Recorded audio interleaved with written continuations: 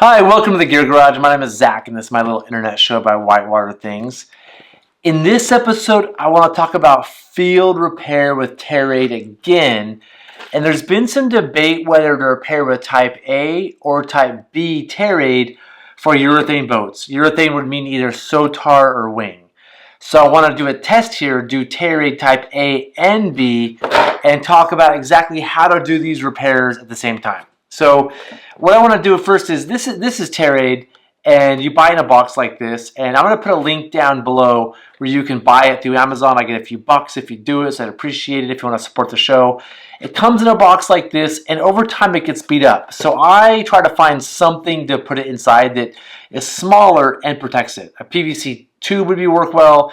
This is something I buy on New Line, and it's just something that protects it, that keeps it kind of safe and keeps it rolled, right? A lot of times in the past, I've taken it out of this box and folded it, and the folds create a mess. You don't want that. So this is some Type B TearAid, and Type B is for vinyl, Type A is for everything else. Now what I'm going to do is make two patches of the same size and patch two holes of the same size with it, pump it up, and see which one blows. And I've already done this test a couple times. I already know what the answer is, but I want to do it here one more time just so you know which one to get, Type A or Type B for urethane boats. And so while we're doing this, I want to also talk about proper repair. These are both 1 3/4 holes. If they're much bigger, you want to try to put the TearAid inside there and patch it from the inside. That's really hard to do. You have to make the hole bigger. I'm not going to talk about that. It's hard. You really want to just do a patch on the outside and call it good. So these are 1 3/4. So I'm going to use this much TearAid, so I go a few inches past it. And one key thing is having some good scissors with you so you can round the corners. And I think this is maybe the most important part for field repairs, because you'll get the TearAid on there and the corners will get caught somehow, somewhere, and the patch will get pulled up. And so I always have really good scissors with me and take a moment and do a good job of just making the round corners. You don't want any sharp edges. So here, this is the Type A right here. So I'm rounding out the corners. And then your goal here is to take it, and first, before you do anything, you really want to clean it. And ideally, clean it with some really toxic solvent like MEK, but I don't recommend getting around that stuff. I'd recommend avoiding MEK or anything gnarly. These are just alcohol swabs. I've heard that acetone works pretty well too and is not super toxic. But I'm just going to clean it really well with these alcohol swabs. So there's my one patch, here's my second patch. I've already cleaned these pretty well, so I've taken some time to make sure these are pretty clean. But I'm going to do it one more time. It usually takes one or two of these alcohol swabs per patch to get it really well.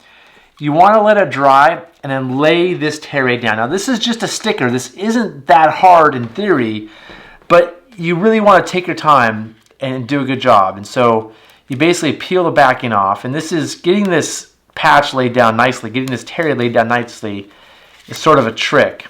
And sometimes I'll actually take a pen and mark this. I'll lay the TearAid down, mark a pen around. Actually, why don't I do that here? Hold on one second. A marker and try to center the TearAid all over the patch, and I'll draw a line around it. So I like to have a marker in my repair kits so I can get the best possible placement, right? So I have that marker around it, and it shows like a couple inches on each side, so I've done a good job of placing the patch. And then what I'm going to do is I'm going to pull the end down, and laying this down without any creases or air pockets is critical. I'm going to lay the end down here. This is always tricky, sort of where I marked it. Oh, beautiful. And then just pull it back so it matches that spot. And then you want to push the air bubbles out. Alright, take a minute, push the air bubbles out. Alright, and that's ready to go. That's my Type A. So I'm going to mark A on here so I know which one is the Type A. Now I'm going to use Type B too. We're going to compare and contrast.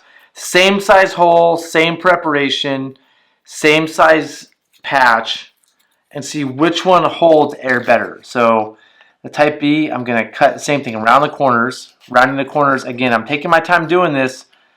I could go even slower to show, you just demonstrate how important it is to round these corners off There we go.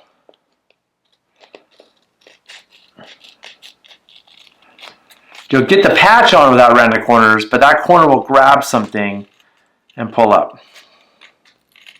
Cool. And I'll take a marker, same thing, and I'm going to try to center the patch. I'm going to draw the patch, draw like a little oval, basically trace the patch around so I can see where to lay it, right? When you have the thing undone, it's not always easy to perfectly lay it down, and this gives you a guide to go for when you're laying that TearAid down. So I'm going to try to pull the top off. Again, this is always a little tricky. All right, just get a little bit off the end. Place it down right through that line, and just pull it back like it's a sticker. Oh, that one's beautiful. And then just try my hardest to get the air bubbles out. There's going to be air bubbles in there, get them out. Now, my B patch is laid perfectly. My A patch is cockeyed a little bit. So I'm going to say my B patch, I did a better job on. All right, and that's the B.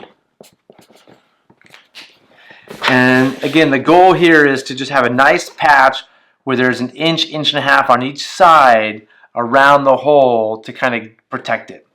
The A patch is it's not perfect, but I think the A is going to hold better, so it's going to the B is still probably going to go first. So now to test it, I'm going to fill this thwart up for there, and we're going to see which one pops first when I blow it up. So here we go. So my thwart's pumped up just to sort of like a lower level, and now I'm going to get the top off pump here, and we're going to just pressurize it and see which one lasts the longest. And it's going to be pretty impressive how well the TearAid holds in general.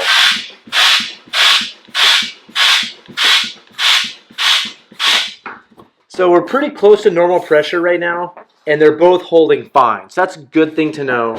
It looks like the B isn't holding as well. It's already coming off. It's already... There we go. So, I mean, that makes it pretty definitive to me, right? The Type A TearAid is going to hold better than the Type B. And I really think this is important to know that, like, urethane used Type A, it's going to work better. They both work, but the Type A works better. And just to refresh on, like, the whole repair process, what it should look like, is first you need the TearAid. You want to cut a piece a few inches longer on all around the sides, round the corners. Take a second and clean it. If you have MEK with you and you feel comfortable using it, awesome. Use that nasty chemical if you want to. If you have acetone and think that works, great. I'm going to carry alcohol swabs. They do a pretty good job of cleaning out the outside of the material. Or, you know, just soap and water. Just clean any dirt off you can. Take your marker and write around where the patch is going to go, and then just lay it really carefully down, push the air bubbles out, and give it a go. That's pretty much it. Now that's going to work for you for tears up to like maybe 2 inches, maybe a little bit longer. If it gets bigger than that, you want to basically put the TearAid on the inside of the tube, which is not easy. I'm not going to cover how to do that here. It's just not an easy task. Use your imagination and figure it out. And then maybe on the outside, cover it with more TearAid. Or if you're limited on TearAid, use duct tape, use Tyvek tape, use something else, whatever you want to use to cover the outside. Because if it's a big patch, getting it inside is going to be your best bet. So those are some quick thoughts about TearAid and repair. I've been thinking about this a lot lately, as you can guess from all the episodes about it lately. I'm going to put an Amazon link at the bottom. Again, if you click that, I get a few bucks from the commission. If you want to buy these things, even pens are on there. Please feel free.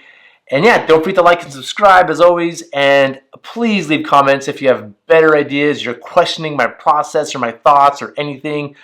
I definitely want your feedback or ideas. So please leave a comment in the comment section below. And yeah, that's it. See you next time.